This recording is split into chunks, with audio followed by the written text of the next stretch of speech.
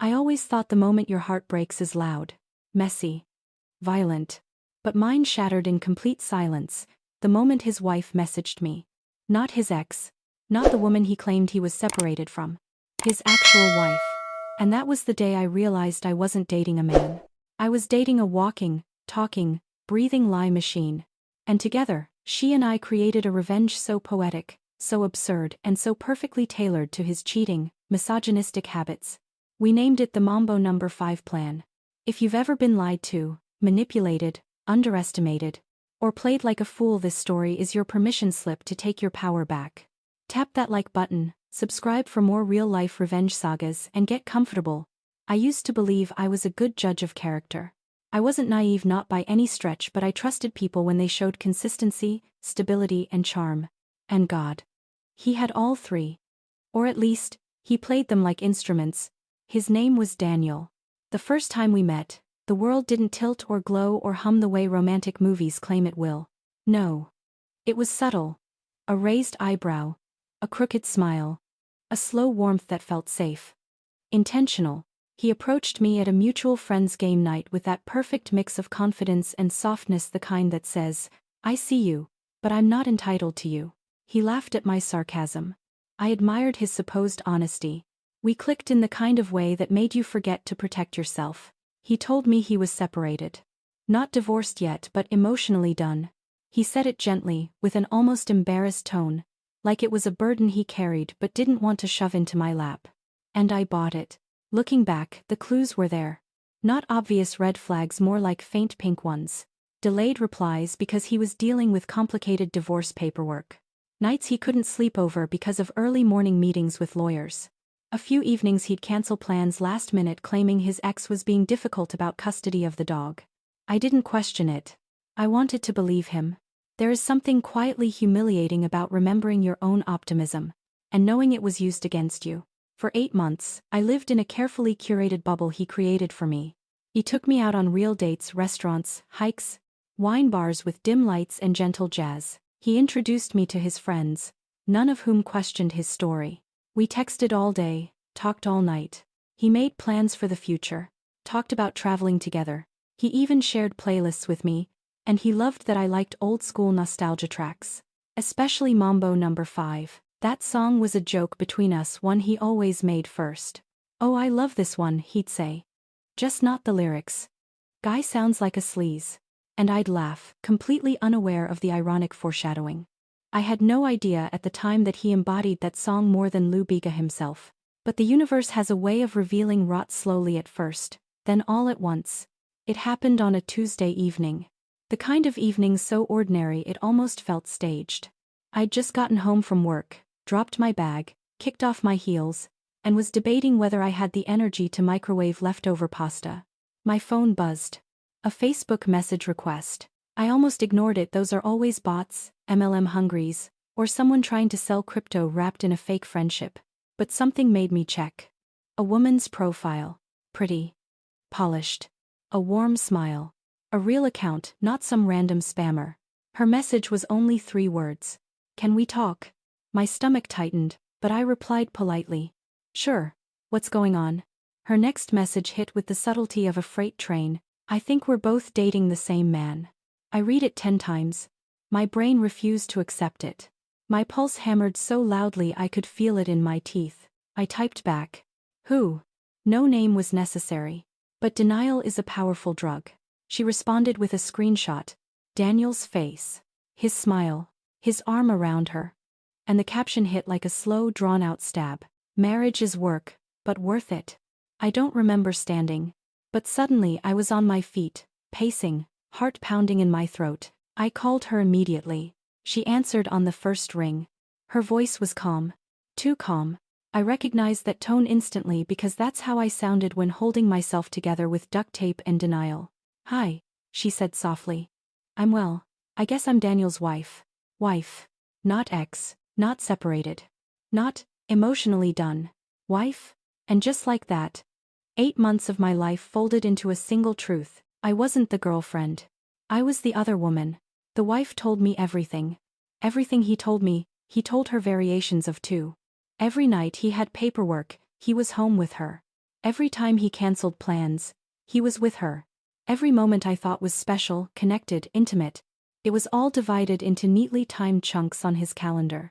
I felt an emotion I'd never felt before. It wasn't anger. Not yet. It wasn't heartbreak either. It was something deeper. A cold, vibrating clarity. Because the more she talked, the more I realized something horrifying. I wasn't the first. And she wasn't surprised. Apparently, she told me quietly, "You're number 6. 6. 6 women he'd lied to, manipulated, used, recycled. 6 women he'd sworn he was separated for. 6 women he'd played like background music."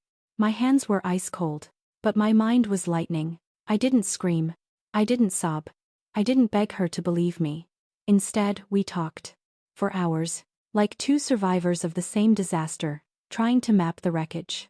By the end of that call, we weren't competitors. We weren't enemies. We weren't two women fighting over a man. We were a united front. The wife said something before hanging up. Something that stuck with me. "I want out. I'm done. But before I leave, I want him to understand exactly what he's put us through." And that's when the idea sparked. Ridiculous, petty, evil, perfect.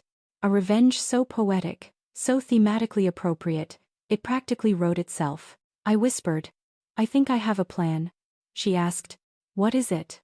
And I said the words that would haunt Daniel for weeks. "We're going to make him live Mambo number 5. I didn't sleep the night after the call with his wife. Not because of heartbreak. Not because of shock. It was something harder to name, something raw, electric, and unsettling. Imagine sitting alone in your apartment at 3 a.m. Lights off, city hum filtering through your window like a dull whisper, and feeling your reality subtly slipping into something sharper. Your mind won't quiet. Your body won't settle. You're not falling apart. You're transforming. That's what it felt like. Every question he'd dodged. Every night he was busy with legal stuff. Every vague answer. Every moment I'd tried to be understanding. All of it replayed behind my eyelids like looping film. And beneath all the pain, humiliation, and disbelief, a quiet heat began to bloom. Not rage. Not yet. Something more precise. More controlled. A kind of moral conviction wrapped in ice. He didn't accidentally hurt me. He architected it. He rehearsed it. He optimized it. He made me feel special in a way he'd already mass-produced for others. There's a particular cruelty in being treated like you're irreplaceable by a man who replaces women like batteries. And as the sun began to peer through my curtains, pale and indifferent, I whispered aloud to the empty room, "He's not going to walk away from this untouched." I pretended nothing had changed. That's the hardest part of revenge. The restraint before the strike. He texted me that morning like he always did. "Morning beautiful. Crazy day today. Might be slammed till late." I stared at the message so long the delivery timestamp faded from blue to gray. Beautiful. Crazy day. Slammed. The usual script. I typed. "No worries. Hope it goes okay." And sent it. My hand didn't shake. My chest didn't tighten. I felt strangely calm. Because now, I had a purpose. I wasn't a victim. I was undercover. Over the next few days, his wife and I communicated constantly, not out of desperation but precision. We swapped timelines, receipts, patterns, behaviors. We built a map of his deception like two detectives at a corkboard, connecting threads with red string. The more details we pieced together, the more horrifying and bizarre it became. He wasn't juggling 2 women. He wasn't even juggling 3. He was juggling a rotation. A roster. A system. He had a rhythm to his lies. Fridays for me. Saturdays for her. Weeknights sprinkled depending on his mood and schedule. He used the same compliments. The same apologies. The same playlist. The same favorite restaurants. The same inside jokes. His entire personality was an assembly line of affection and manipulation. And God, if I had let myself feel it, it would have broken me. But I didn't. Because the more we uncovered, the clearer it became. He wasn't just selfish. He wasn't just a cheater. He was a pattern. A pattern that needed to be disrupted. The first sign that he sensed something was off happened on a Thursday night. We were out for dinner, a tiny Spanish fusion place he claimed he remembered discovering with his cousin, though I now knew he'd brought at least 3 different women there before me. He sat across from me, swirling his drink the way he always did, glancing at his phone more than usual. His leg bounced under the table. His eyes darted between notifications. Something was making him nervous. He didn't talk as much. Didn't brag. Didn't tell one of his recycled stories. Instead, he asked me, "So, everything okay with you lately? You seem, I dunno, different." For a moment, I almost lost the mask, not because I wanted to hurt him right there, but because I wanted to laugh. If only he knew. But I tilted my head, gave a small smile, and said, "Everything's fine. Maybe I'm just tired." He studied me longer than normal, suspicion flickering in his eyes. Not the kind born of guilt. The kind born of fear. Cheaters always sense when the leash is slipping. Then his phone buzzed again. He flinched. I pretended not to notice. In reality, the message was from his wife. "We had planned that," she sent. "We need to talk about the utilities bill. When are you home?" A perfectly ordinary message between spouses, except that he had told me he was living in an Airbnb until the divorce settlement was final. He read it, swallowed hard, slid the phone face down, and forced a smile. "Wanna get dessert?" His voice cracked. For the first time since I'd known him. He looked fragile. It was intoxicating. The next day, I met his wife in person. We sat in her car neutral ground in a quiet parking garage where nobody would notice or overhear anything. She looked composed, confident, exhausted, but with steel in her spine. There's a unique bond that forms between two women burned by the same flame. It's not friendship at first, it's recognition. She pulled out folders, actual folders filled with documents, messages, screenshots, timelines. This woman had receipts like she'd been preparing for court her entire life. And yet, she didn't want a dramatic confrontation full of screaming. She wanted something more intelligent, more strategic. Something that wouldn't just expose him, but unravel him. We sat there for over an hour, brainstorming, venting, connecting dots.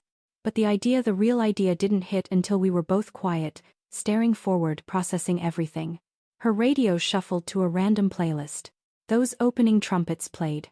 That stupid, bouncy, obnoxiously cheerful melody filled the car. A little bit of Monica in my life. We both turned, looked at each other, and instantly burst out laughing. Not small, polite laughter. The kind that forces tears to your eyes and pain into your ribs. Because this was perfect. He deserved poetic humiliation. He deserved chaos.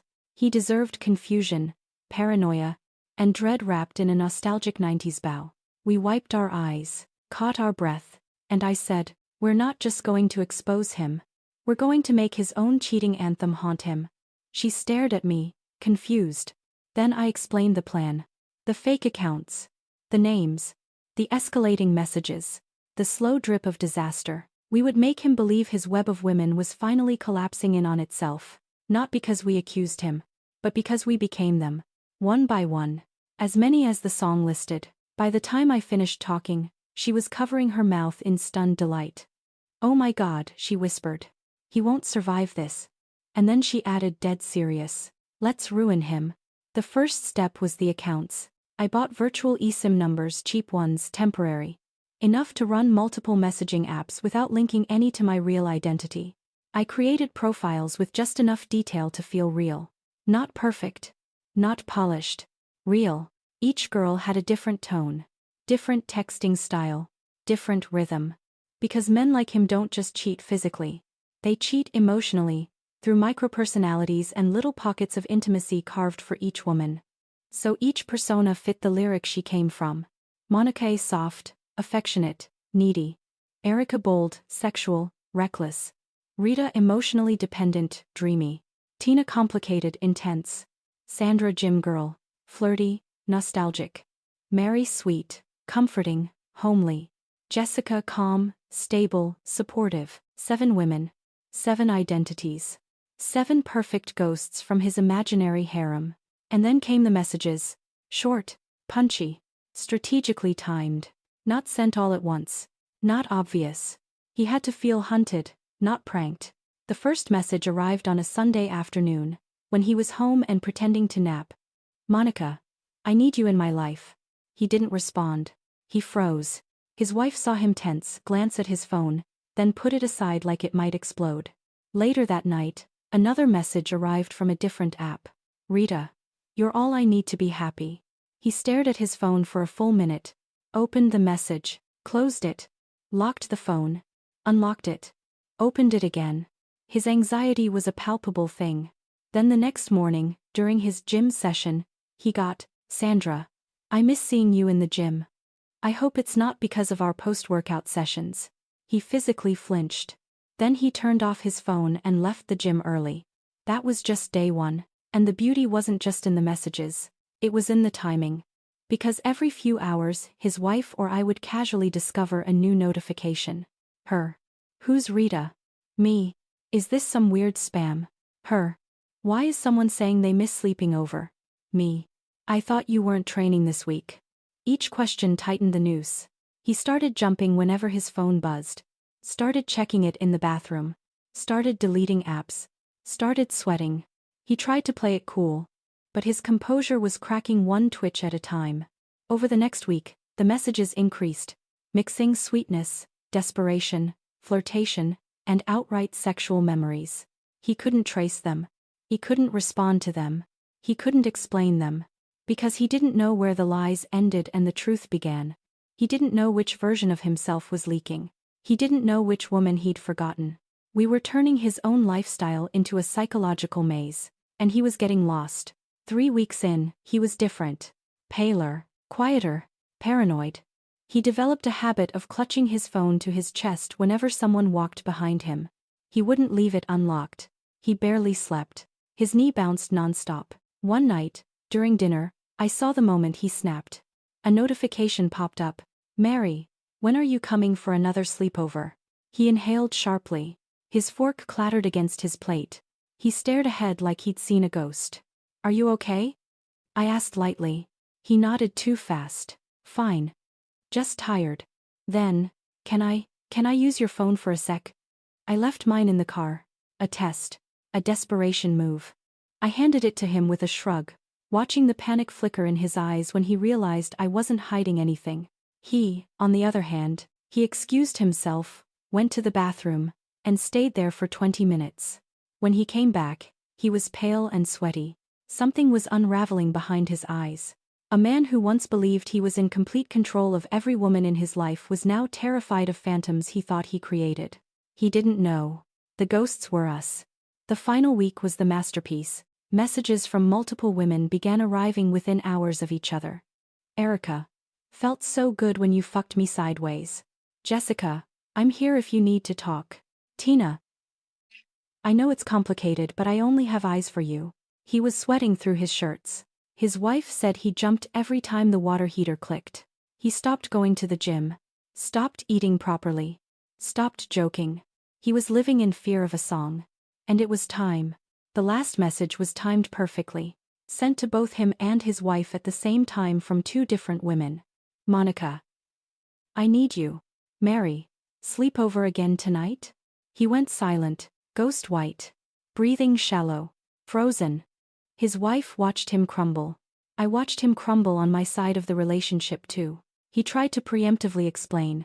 Tried to insist the numbers weren't his. Tried to claim his accounts were hacked. Tried to say someone was after him. But the beauty was, he couldn't prove any of it wasn't real. Because it could have been real. He had made it real dozens of times before. He wasn't facing lies. He was facing himself. 3 days later, his wife quietly packed her essentials, handed him separation papers, and walked out. The next day, I met him for coffee, sat down across from him, and said, "I know." He didn't even ask what I knew. He just broke. Cried. Begged. Panicked. Denied. Confessed. Contradicted himself. Dug deeper. Collapsed again. It was like watching a dam burst through a pinhole. When he finally finished trembling, I looked him dead in the eyes and said, "I hope every time you hear that song, you think of this." And then I left. I didn't block him. I didn't scream. I didn't argue. I simply disappeared from his life the same way real accountability had disappeared from his. And that vacuum, that silence, that sudden absence of control, it destroyed him more than any yelling match ever could have. His breakdown should have been the moment I felt triumphant. It wasn't. Not yet. Because once someone like him shows you who they truly are, not the curated version, not the charming highlight reel, not the romance he packaged so neatly, but the terrified, cornered creature underneath, You don't feel victory. You feel clarity. A clarity so sharp it almost hurts. You realize how long you've been shape-shifting to accommodate his world. How many times you quieted your instincts. How many red flags you labeled yellow. How many gut feelings you filed under "I'm probably overthinking it." The revenge wasn't the messages. The revenge wasn't the unraveling. The revenge wasn't the fear twisting his face when I said, "I know." The real revenge was becoming myself again. And now, with the clarity of someone who finally sees the entire landscape, not just the path he walked me down, I understood what had to come next. The planning. Not out of spite, not out of cruelty, but because there is a particular justice in finishing what you start. In making sure the consequences match the crime. And he had racked up a lifetime's worth of consequences. He messaged me over 50 times in the next 12 hours. At first, "Please just talk to me." Then, "Everything you saw was taken out of context." Then, "I never meant to hurt you." Then the panic crept in. "Did you tell anyone?" Then the desperation. "If you leave me, I swear I'll fall apart. I need you." Then the bargaining. "Just tell me what you want me to do." Anything. Then the fear again. "Are you working with someone? Is someone trying to ruin my life?" Every message exposed his thought process like an X-ray. He wasn't grieving me. He was grieving his control. It was strangely liberating. Not in a triumphant way but in a quiet, sober way. This was the real him. A man who never felt guilt, only consequences. But the real turning point, the moment something shifted permanently, came on Tuesday night. My phone buzzed with a message I hadn't expected. From his wife. "He's spiraling. Are you free?" I met her at a cafe not far from where she was staying temporarily. She looked drained but resolute. The kind of tired that comes from years of manipulation finally breaking open. She told me everything. How he'd tried to convince her the messages were glitches. How he'd insisted someone hacked him. How he became paranoid someone was following him. How he begged her not to leave. Not because he loved her, but because "this will make me look bad." He had no idea he was already the architect of his own downfall. She sipped her tea, stared at the surface for a long moment, then said, "You know, we could stop here. We could both walk away." I appreciated her honesty. I appreciated her exhaustion. But I didn't need to think long. "We could," I said quietly, "but he won't learn anything." She nodded slowly. "He never has." And then she leaned closer. "But what exactly do you want to do?" This is the part listeners rarely get to hear. The internal recalibration. The shift from reactive to strategic. Revenge stops being emotional. It becomes architectural, calculated, measured, quiet. By now, the Mambo number 5 messages had done their job. He was paranoid, sleep-deprived, desperate, off balance. But I wanted something bigger. I wanted him to face something he had always avoided. Truth. Not twisted truth. Not embellished truth. Not the version he could spin. Not the version he could guilt people into accepting. Not the kind he could excuse behind tears and trembling hands. I wanted him to face the truth of who he was. And for that I needed to step carefully. This wasn't a prank anymore. It wasn't just petty revenge. It was a reckoning. We didn't want to humiliate him publicly. Neither of us needed that drama. Neither of us wanted to deal with the mess. But we did want something unforgiving. Something unspinnable, something final. So I told her the next phase. And she listened carefully, nodding slowly as the pieces came together. We weren't just going to torment him with imaginary women. We were going to make him confront head-on the fact that the women he lied to had united. His worst fear. Not exposure. Not losing money. Not losing status. Unity. Women comparing stories. Women cross-referencing timelines. Women stepping out of the individual cages he built to keep us isolated.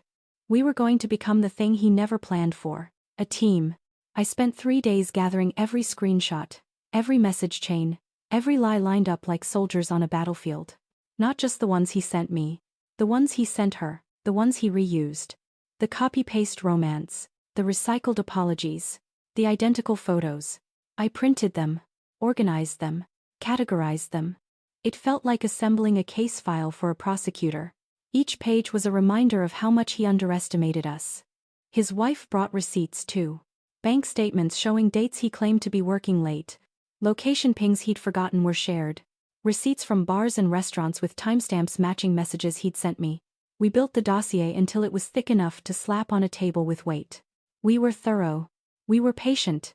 We were meticulous, the kind of meticulous he thought only he possessed. We didn't want to scream at him.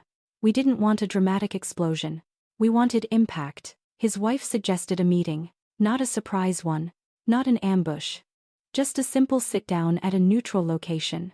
We would invite him, tell him we both wanted clarity, and then we would present the evidence carefully, calmly, robustly. Let him realize without theatrics that he had lost every ounce of deniability. Let him see the web he wove from the outside. Let him understand the extent of the damage he caused. To her, to me, to others we still suspected he was seeing. Let the truth crush him, not us. But then I added something essential. We need leverage, I said. Something he can't twist into a crazy X-narrative. Her eyes sharpened. You're right. What do you suggest? I smiled. Proof he never saw coming. This is where my attention to detail paid off. Every time he shared his screen, every time he unlocked his phone near me, every time he typed a password too slowly, I had noticed more than he realized. Patterns, saved logins, sync habits, browser shortcuts, automatic cloud backups. He wasn't as digitally private as he thought. He used the same password root for almost everything. A detail he had exposed the night he drunkenly needed help unlocking an email account. He thought he hid things well. He didn't. And with the right pattern recognition, you can unlock a lot more than someone expects. I wasn't attempting anything illegal, but I did gather publicly accessible and synced data he forgot he had linked. Old profiles, inactive accounts, hidden album backups, auto-synced contacts with names he didn't recognize, screenshots he forgot existed, cloud-saved messages he thought he deleted, evidence, patterns, timelines, a digital echo of every lie he'd ever told. When I showed some of it to his wife, her eyes widened. You got all of that from what he left visible? Yes. He's going to crumble. Yes, I said softly. He is. We chose a location that felt neutral but controlled. A business lounge in a hotel lobby his wife had member access to. Safe, public, quiet, professional. I arrived first. She arrived second. We reviewed everything like two attorneys preparing for a deposition. We were calm, prepared, aligned, a united front. There was a strange satisfaction in it. Not vindictive, but empowered. He walked in right on time. That surprised me. He was never punctual. He approached us cautiously, like someone walking toward the edge of a cliff. His face was pale, his shoulders hunched. His eyes darted like he expected to be ambushed. He wasn't wrong. But we weren't going to scream. We weren't going to hit him. We weren't going to cause a scene. He sat down slowly, clutching his phone like a lifeline. And then his wife spoke. Sit. Listen. Don't interrupt. Her tone was calm, cold, unshakable. He blinked, startled. He wasn't used to her boundaries. Then I pulled out the first folder and placed it on the table. The sound echoed. He flinched. His breath stilled. His pupils dilated. And right there, in that frozen, suspended moment, I knew. He finally understood he wasn't in control. Not this time. Not with us. Not with the truth. This wasn't the end. This was the turning point, the moment before the storm hits shore. The moment a man realizes the women he underestimated have come together with clarity, strength, and direction. And we were just getting started. There's a special kind of silence that appears right before a storm. Not the peaceful, cinematic kind. Not the gentle breeze or the soft dimming of light. No, this was the silence of something ending. Something collapsing. Something finally coming due. That was the silence that filled my apartment on the night the plan moved from theory to execution. For weeks, I had lived inside a strange emotional purgatory. Every message we crafted, every fake account we nurtured, every perfectly timed discovery had slowly chipped away at the mask he wore. I watched him unravel thread by thread. I watched the panic bloom behind his eyes and consume his composure. I watched the chaos of his lies start turning on him like wild dogs.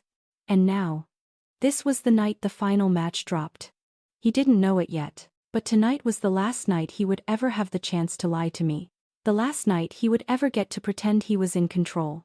The last night he would ever use anyone the way he used us. His wife and I had rehearsed our moves. Our timing. Our roles. She would confront him first. I would confront him last. And in between, the universe of other women we had invented would detonate around him like fireworks made of panic and paranoia. His lies wouldn't simply catch up to him. They would bury him. I remember standing in my bathroom mirror before heading over to his place, just staring at myself, studying my own reflection. I looked tired, but not weak. No, this was a different woman looking back at me. A woman who had been broken but rebuilt sharper.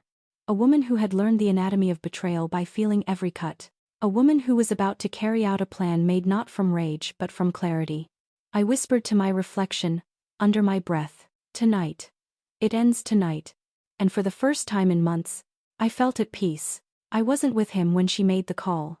But later, after everything, she described the moment to me in vivid detail, every tremor in his voice, every lie he attempted, every panic-filled excuse he grabbed at like a drowning man reaching for air. She called him while he was driving home from work. Speakerphone on, voice steady, no pity. She began with, "Who's Monica?" He panicked instantly. She said she could hear the gulp. Like his throat had locked up, trying to swallow a brick. "What, who?" he stammered. The same fake confusion he used on both of us countless times. She didn't waste energy explaining how she knew. She didn't give him room to twist anything. She delivered the questions like stones thrown through windows. "And Erica? Tell me about her. What about Rita? And Sandra? She sounds like a fun one. Post-workout sessions? When was the last time you saw Mary? You two having sleepovers now? Oh, and Jessica. She's there if you need to talk. Is she your emotional support girl?" He fell apart. According to her, he didn't crumble, he disintegrated. He tried to steer his car with shaking hands while insisting. "They're old messages, someone hacked me, those are clients, bored scammers, just friends, it's not what it looks like." But every lie contradicted the one before it. She didn't yell. She didn't cry. She delivered each name with surgical precision. And then, once he had no alibi left to cling to, I packed my things. "My lawyer will be in touch. You should go to your girlfriend's place tonight. I'm sure she has questions too." Then she hung up. And he sat in his car, parked at a gas station, shaking. That's where I entered the story. He showed up at my apartment looking like he'd aged 10 years. Hair rumpled, tie crooked, sweat on his forehead despite the cool night air. But the funny thing? He still had the audacity to try to enter smiling. Finding comfort in me was his last false belief. "Babe," he started, stepping forward as if I was his safe harbor. "Today has been crazy. I just need to talk to you. My wife. She's inventing things again. She's accusing me of..." I interrupted him with a sentence I had been waiting to use for weeks. "Let me see your phone." He froze. Not dramatically, just a tiny, sharp gulp. But after everything I'd seen, even that small flicker of fear was delicious. He hesitated. Then forced a confused smile. That fake little smirk he thought made him look innocent. "Why do you want my phone?" I stepped closer, low voice, controlled. "Because I want to see how many women you're juggling tonight. I figure the list must be longer than usual." His face dropped so fast it was almost comical. I don't know what she told you," he began, already losing rhythm, "but she's lying and someone hacked me and those names are..." I had timed it perfectly. Right then, one of the fake accounts messaged him again. "Rita, you're all I need to be happy." The notification popped up. Right between us. Right where I could see it. Right where he couldn't deny it. He snatched the phone away like it was a bomb he could smother. But it was too late. I laughed. Actually laughed. For the first time in months, maybe ever, the sound felt real. "You know," I said softly, "you could have gotten away with it if you were smarter. Or honest. Or literally just decent." He started pleading. Talking fast. Making excuses that contradicted themselves 3 times in a sentence. I let him ramble for a full minute. Then I delivered the final blow. "She and I have been working together. For weeks. Every account. Every message. Every name." His face turned the color of printer paper. He whispered, "What?" "We called it the Mambo Number 5 plan." I added almost casually. He didn't understand at first. Then, slowly, the reference registered. Monica, Erica, Rita, Tina, Sandra, Mary, Jessica. All the chaos he'd been drowning in. We had orchestrated it down to the syllable. He stood there staring at me, mouth slightly open, breath shaking. And for the first time since I'd known him, he looked powerless. And God, it felt righteous. Get out, I said quietly. He tried to speak. I repeated, with calm finality. Get out. He left without another word. He didn't go quietly into the night. Men like him never do. He tried contacting me the next day. And the day after that. And for weeks. Long, frantic text messages. Emails. Apologies typed in spirals of desperation. Claims he'd been confused, lost, going through things, making mistakes, needing help. But the wife and I stayed united. Block. Delete. Silence. He had spent years using silence as a weapon against women. Now silence became the echo chamber of his consequences. His wife later told me the divorce went smoothly because he was too emotionally scrambled to fight for anything. He just signed whatever her lawyer pushed across the table. Mutual friends started distancing themselves from him. Some out of discomfort. Some out of disgust. Some because even they began receiving bizarre messages from other women and realized how truly sloppy and ridiculous he had been. His entire double life, maybe triple, maybe quadruple, collapsed on itself like a dying star. And me?